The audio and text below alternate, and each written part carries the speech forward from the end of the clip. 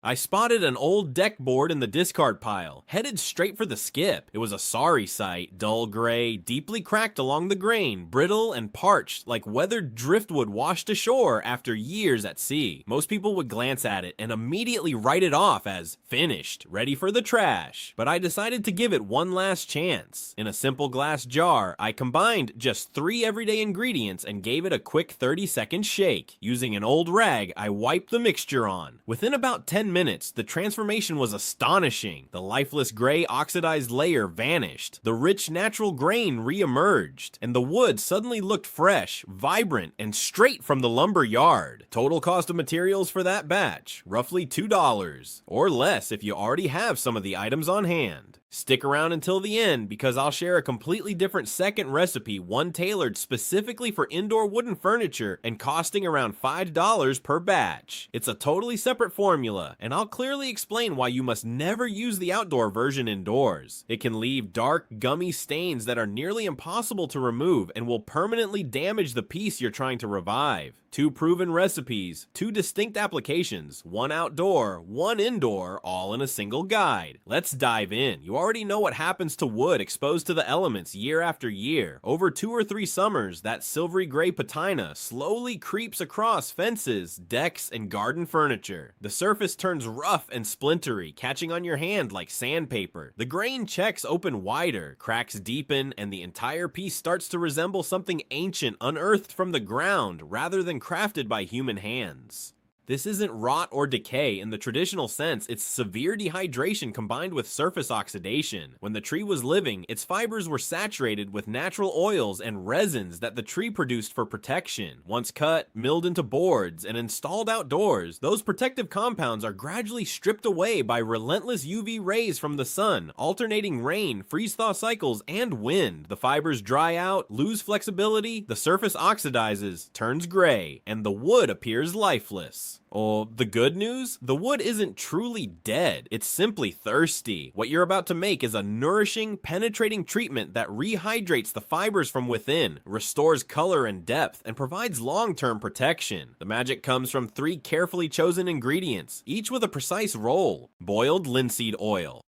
The core restorative agent, derived from flax seeds and heat-treated boiled to speed drying. It soaks deep into the porous wood fibers, replenishes lost moisture, and, crucially, as it cures over 24 to 48 hours, it polymerizes, hardens inside the grain, creating an internal seal that repels future moisture without forming a thick, glossy film on top. Real turpentine, gum spirits of turpentine distilled from pine resin, the carrier solvent. This thins the thick linseed oil dramatically, allowing it to penetrate far deeper instead of pooling on the surface. Turpentine also contributes mild natural antifungal and insect repelling properties, as the tree originally produced resin for exactly those defenses. White distilled vinegar, the mild acid component, acetic acid. It gently dissolves surface oxidation, the gray layer, breaks down embedded grime, and slightly opens the wood pores so the oil can follow more effectively. This isn't a modern invention. Arab craftsmen in the early Middle Ages used similar mixtures of linseed oil, turpentine, often from wild pistachio or pine resins, and natural pigments to preserve and color wood in harsh desert and coastal environments. The iconic bright Mediterranean blue seen on Greek island doors, shutters, and North African window frames? That tradition traces back over 1,000 years to linseed oil turpentine bases designed to shield wood from brutal sun, salt-laden air, and extreme temperature swings. Versions of this exact 3-ingredient approach have kept outdoor wood vibrant and structurally sound in some of the planet's toughest climates for centuries. Here's exactly what you'll need, equal parts by volume. Boiled linseed oil. Look for the word boiled on the label. Raw linseed oil dries far too slowly. Or about 8 to 10 per liter at any hardware or paint store. You'll use only a small amount per project. Genuine turpentine, not mineral spirits or paint thinner. Sniff it in the store. Real turpentine has a strong, fresh pine forest aroma. White distilled vinegar, the cheap grocery store kind, around 1. Mix equal parts in a glass jar. Never plastic turpentine can degrade some plastics. Shake vigorously for 30 seconds to emulsify. The mixture will separate over time, so reshake well before each use. Total first batch costs are $2 if you buy small quantities or use leftovers, or or 20-25 to purchase full containers with plenty left for future projects. Application steps. Lightly wipe the wood with a clean, dry rag to remove loose dirt or debris. No sanding or chemical stripping needed. That's the beauty of this method.